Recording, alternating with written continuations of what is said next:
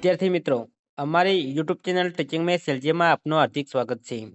મિત્રો, આજે આપણે ધોરણ 12માં વિષય મનોવિજ્ઞાન તેમાં પાઠ 1 સંવેદન, ધ્યાન અને પ્રત્યક્ષીકરણ તેમાં જે સ્વાધ્યાય આપેલ છે તે સ્વાધ્યાયનું વિભાગ A, B અને C ગુણમાં પૂછાઈ શકે તેવા પ્રશ્નોનું સંપૂર્ણ સોલ્યુશન કરીશું. જો વિદ્યાર્થી મિત્રો તમે પૂરેપૂરો ધ્યાન આપશો, પૂરેપૂરો વિડીયો જોશો તો તમને વિભાગ A, વિભાગ B અને વિભાગ Cમાં બોર્ડની પરીક્ષામાં કેવા પ્રશ્નો પૂછાય છે અને આ પ્રશ્નો સ્વાધ્યાયના પૂછાવાની શક્યતાઓ વધુ હોય છે, એટલે તમને ખૂબ જ મદદરૂપ બનશે. જો મિત્રો તમે ચેનલમાં નવા હો, હજુ સુધી ચેનલને સબસ્ક્રાઈબ ના કરી હોય તો ચેનલને સબસ્ક્રાઈબ કરવા વિનંતી, જેથી તમને જે નવી નવી અપડેટો આવે છે તે અપડેટો મળતી રહે. મિત્રો, હવે વધુ સમય નહીં લેતા આપણે વિભાગ A જે MCQ પ્રકારના પ્રશ્નો છે તેનું સોલ્યુશન કરીશું. અહીં સૂચના આપેલી છે, નીચેના પ્રશ્નો માટે આપેલા વિકલ્પોમાંથી સાચો વિકલ્પ પસંદ કરી ઉત્તર લખો. તેમાં 1. કયા વૈજ્ઞાનિકના મતે ધ્યાન એટલે પસંદગીયુક્ત ઉદ્દીપકો પર માનસિક કેન્દ્રીકરણ કરવું? અહીં 4 ઓપ્શન આપેલા છે. તેમાં સાચો જવાબ આવશે B. જેમ્સ ડ્રેવર. આગળ આપણે બીજા નંબરમાં જોઈશું, ધ્યાનને જનની તરીકે કોને ઓળખવામાં આવે છે? જવાબ આવશે D. રસ. 3. સંવેદન એટલે શું? જવાબ આવશે B. ચેતનાત્મક અનુભવ. 4. કયા મનોવૈજ્ઞાનિકે ગંધના 6 પ્રકાર આપ્યા છે? જવાબ આવશે D. હેનિંગ. 5. પૂરકતાનો નિયમ શેની સાથે સંકળાયેલો છે? જવાબ આવશે C. પ્રત્યક્ષીકૃત સાતત્ય. આગળ 6 નંબરમાં જોઈશું, બાહ્ય જગતનું નિરીક્ષણ કેટલા ભાગોમાં વહેંચાય છે? સાચો જવાબ આવશે A. 3. ધ્યાન, સંવેદન અને પ્રત્યક્ષીકરણ. 7. પ્રત્યક્ષીકરણમાં સંગઠનના નિયમો આપનાર મનોવૈજ્ઞાનિકો કયા કયા છે? જવાબ આવશે C. વર્ધીમર, કોહલર અને કોફકા. 8. સામાન્ય રીતે મનુષ્ય કેટલા CPS સુધીની કંપન સંખ્યાવાળો અવાજ સાંભળી શકે છે? જવાબ આવશે A. 20 થી 20,000. 9. ત્વચા દ્વારા કેટલા પ્રકારના સંવેદનોનો અનુભવ થાય છે? જવાબ આવશે D. 4. 10. દ્વિનેત્રીય વિષમતા એટલે શું? જવાબ આવશે C. બંને આંખોના નેત્રપટ પર જુદી જુદી પ્રતિમા પડવી તે. વિદ્યાર્થી મિત્રો, વિભાગ A ના MCQ પ્રકારના પ્રશ્નો પૂરા થાય છે. આગળ આપણે વિભાગ B જોઈશું, જે બોર્ડની પરીક્ષામાં વિભાગ B માં પ્રશ્નો પૂછાય છે તેવા અહીં પ્રશ્નોનું આપણે સોલ્યુશન કરીશું. સૂચના આપેલી છે કે નીચેના પ્રશ્નોના ઉત્તર એક વાક્યમાં લખો. 1. ધ્યાનનો આધાર કોના પર છે? જવાબ આવશે ધ્યાનનો આધાર પસંદગીયુક્ત ઉદ્દીપકો પ્રત્યેની એકાગ્રતા પર છે. આગળ અહીં જોઈશું તો 2. પ્રત્યક્ષીકરણમાં સામૂહિકરણના નિયમો મનોવિજ્ઞાનના કયા સંપ્રદાયે આપ્યા છે? જવાબ આવશે પ્રત્યક્ષીકરણમાં સામૂહિકરણના નિયમો મનોવિજ્ઞાનના સમષ્ટિવાદી સંપ્રદાયે આપ્યા છે. 3. કડવો સ્વાદ જીભના કયા ભાગમાંથી પારખી શકાય છે? જવાબ આવશે કડવો સ્વાદ જીભના પાછળના મૂળના ભાગમાંથી પારખી શકાય છે. 4. સંગઠનમાં સમીપતા એટલે શું? જવાબ આવશે સ્થળ અને કાળની દ્રષ્ટિએ પરસ્પર નજીક ગોઠવાયેલા ઉદ્દીપકો સંગઠિત થઈને ચોક્કસ આકાર ઉપજાવે છે, જેને એક એકમ સ્વરૂપે આપણે અર્થઘટિત કરીએ છીએ. આને સંગઠનમાં સમીપતા કહે છે. 5. અભિરુચિ માટે મેકડુગલે કયા શબ્દનો પ્રયોગ કર્યો છે? જવાબ આવશે અભિરુચિ માટે મેકડુગલે અપ્રગટ ધ્યાન શબ્દનો પ્રયોગ કર્યો છે. આગળ અહીં 6. મધ્યકર્ણના અસ્થિઓના નામ આપો. જવાબ: મધ્યકર્ણના 3 અસ્થિઓ છે. 1. હથોડી, 2. એરણ અને 3. પેગડું. 7. વ્યક્તિના શ્રવણ સંવેદનની સીમા જણાવો. જવાબ: વ્યક્તિના શ્રવણ સંવેદનની સીમા 20 થી 20,000 CPS હર્ટ્ઝ સુધીની કંપન સંખ્યા છે. 8. ઊંડાણના પ્રત્યક્ષીકરણ માટે જવાબદાર સંકેતોના નામ આપો. જવાબ: ઊંડાણના પ્રત્યક્ષીકરણ માટે જવાબદાર સંકેતો આ પ્રમાણે છે: અનેત્રીય સંકેત, એકનેત્રીય સંકેત અને દ્વિનેત્રીય સંકેત.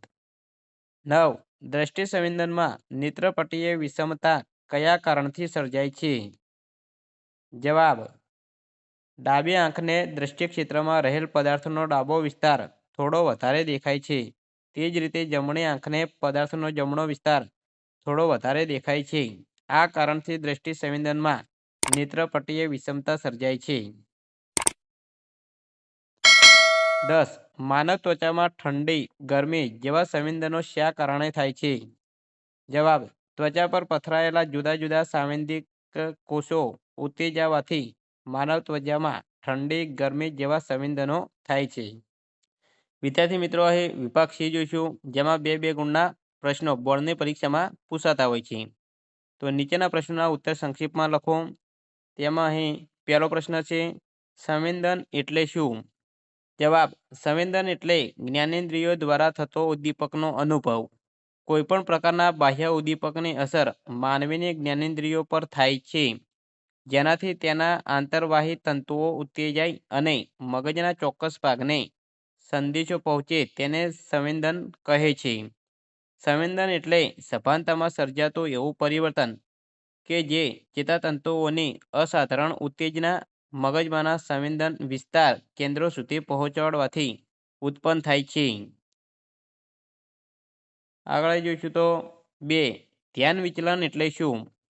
જવાબ: ધ્યાન વિચલન એટલે એક ઉદ્દીપક પરથી બીજા ઉદ્દીપક પર અને બીજા ઉદ્દીપક પરથી ત્રીજા ઉદ્દીપક પર અથવા એક જ ઉદ્દીપકના વિવિધ ભાગો પર ધ્યાન બદલવાની ક્રિયા. ધ્યાન સ્થિર રહેતું નથી, વારંવાર બદલાયા કરે છે. આ ધ્યાનનું મહત્વનું લક્ષણ છે. ધ્યાનની આવી અસ્થિરતાને ધ્યાન વિચલન કહે છે. આગળ ત્રીજા નંબરમાં જોઈશું તો ધ્યાનના લક્ષણો જણાવો. જવાબ: ધ્યાનના લક્ષણો નીચે પ્રમાણે છે: ધ્યાન પસંદગીયુક્ત પ્રક્રિયા છે, ધ્યાન સમાયોજનાત્મક છે, ધ્યાન શોધનાત્મક છે, ધ્યાન ભવિષ્યલક્ષી છે, ધ્યાન પ્રેરણાત્મક છે, ધ્યાનને સીમા પ્રદેશ અને કેન્દ્ર પ્રદેશ હોય છે, ધ્યાન ચંચળ છે. પ્રશ્ન નંબર 4. રૈખિક પરિપ્રેક્ષ્ય કયા સંકેતમાં થાય છે? કેવી રીતે? જવાબ: રૈખિક પરિપ્રેક્ષ્ય ઊંડાઈ અને અંતરના સંકેતમાં થાય છે. સમાન અંતરની રેખાઓ દૂર જતા ક્ષિતિજ તરફ કોઈ બિંદુને નેત્રપટ પરની પ્રતિમા એકઠી થતી દેખાય તેને રૈખિક પરિપ્રેક્ષ્ય કહે છે. રેલવેના બે પાટાઓ વચ્ચે ઊભી રહી દૂર સુધી નજર નાખતા દૂરના અંતરે પાટા એકબીજાની નજીક આવતા દેખાય છે. આનું કારણ રૈખિક પરિપ્રેક્ષ્ય છે. 5મા નંબરનો પ્રશ્ન જોઈશું તો ચિત્રકારો અને નાટ્ય નિર્દેશકો દૂરના અંતર માટે કયા સંકેતનો ઉપયોગ કરે છે? શા માટે? જવાબ: ચિત્રકારો અને નાટ્ય નિર્દેશકો દૂરના અંતર માટે એક નેત્રીય સંકેતનો ઉપયોગ કરે છે. ચિત્રકારો પોતાના ચિત્રમાં સાપેક્ષ અંતર દર્શાવવા એક નેત્રીય સંકેતનો ઉપયોગ કરે છે.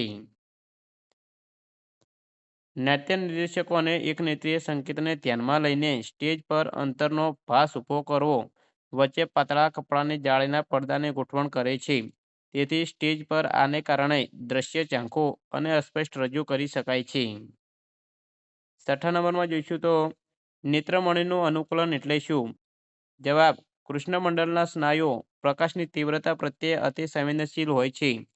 જો પ્રકાશનું પ્રમાણ વધે તો કૃષ્ણમંડલના સ્નાયુઓ વિસ્તાર પામે છે, પરિણામે કીકી નાની બને છે.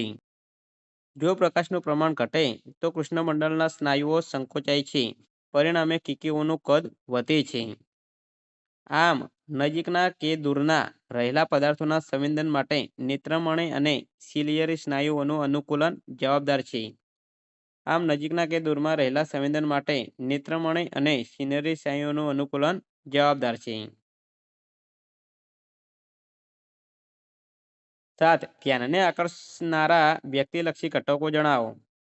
જવાબ: ધ્યાનને આકર્ષનારા વ્યક્તિલક્ષી ઘટકો આ પ્રમાણે છે: વ્યક્તિનો રસ કે અભિરુચિ,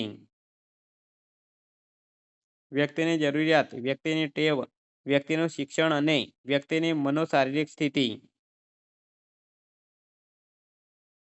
8. ધ્યાનનો કેન્દ્રપ્રદેશ એટલે શું? જવાબ: વાતાવરણમાંના જે પદાર્થો આપણી ચેતનામાં સ્પષ્ટપણે હાજર હોય તેને ધ્યાનનો કેન્દ્રપ્રદેશ કહે છે. ધ્યાનનો કેન્દ્રપ્રદેશ મર્યાદિત છે, તેથી કોઈપણ સમયે માત્ર એક જ બાબત ધ્યાનનું કેન્દ્ર બની રહે છે. અંધારા ઓરડામાં કોડિયામાં સળગતી મીણબત્તી કેન્દ્રપ્રદેશ પર તરીકેની ભૂમિકા ભજવે છે. સાપેક્ષ કદ સમજાવો. જવાબ: સાપેક્ષ કદ એ દ્રષ્ટિ સંવેદન પૂરા પાડે છે. કોઈપણ વસ્તુ કે પદાર્થ જોતી વખતે જો તે હોય તેના કરતાં નાનો લાગે તો તે દૂર છે અને મોટો કે યોગ્ય કદનો લાગે તો તે નજીક છે એમ માનવામાં આવે છે. આમ અંતરને કારણે દ્રષ્ટિ સંવેદનમાં સાપેક્ષ દ્રશ્ય કદની દ્રષ્ટિએ નાનું કે મોટું આપણા નેત્રપટ પર પડે છે, છતાં જે તે પદાર્થનો પરિચય અને અનુભવ વાસ્તવિક રીતે આપણા મનમાં થાય છે. પ્રશ્ન નંબર 10. ધ્યાન પ્રેરણાત્મક છે, વિધાન સમજાવો. જવાબ: વ્યક્તિ જ્યારે કોઈપણ ઉદ્દીપક પ્રત્યે ધ્યાન કેન્દ્રિત કરે છે ત્યારે તે ઉદ્દીપક પાછળ અમુક ચોક્કસ ઈચ્છા કે હેતુનું પરિબળ જવાબદાર હોય છે. કારણ કે વ્યક્તિ કોઈપણ પ્રકારની પ્રેરણા, ઈચ્છા, લક્ષ્ય, ઉદ્દેશ કે મનોવૃત્તિથી પ્રેરિત થઈને જ કોઈ વસ્તુ, પદાર્થ કે વ્યક્તિ તરફ ધ્યાન કેન્દ્રિત કરે છે. વર્તમાનપત્રમાં અનેક પ્રકારના સમાચારો, માહિતી અને જાહેર ખબર હોય છે, પરંતુ તેમાંથી વ્યક્તિને જેવી પ્રેરણા હશે તેવા સમાચાર તે વાંચશે. દાખલા તરીકે, નોકરી મેળવવાની ઈચ્છા રાખનાર નોકરીની જાહેરાત વાંચશે. ક્રિકેટમાં રસ ધરાવનાર વ્યક્તિ ક્રિકેટમાં સમાચાર વાંચશે. આમ ધ્યાન પ્રેરણાત્મક છે. મિત્રો, અહીં ચેપ્ટર નંબર 1 તેના વિભાગ એ, વિભાગ બી અને વિભાગ સીમાં જે પૂછાય તેવા પ્રશ્નોનું આજે આપણે સંપૂર્ણ સોલ્યુશન કર્યું છે. જો મિત્રો વિડીયો સારો લાગ્યો હોય તો લાઈક કરો, શેર કરો અને સબસ્ક્રાઈબ કરો. તથા ધોરણ 12 મનોવિજ્ઞાનના બીજા ચેપ્ટરના સ્વાધ્યાયના સોલ્યુશન પણ અહીં ચેનલમાં મૂકતા રહીશું.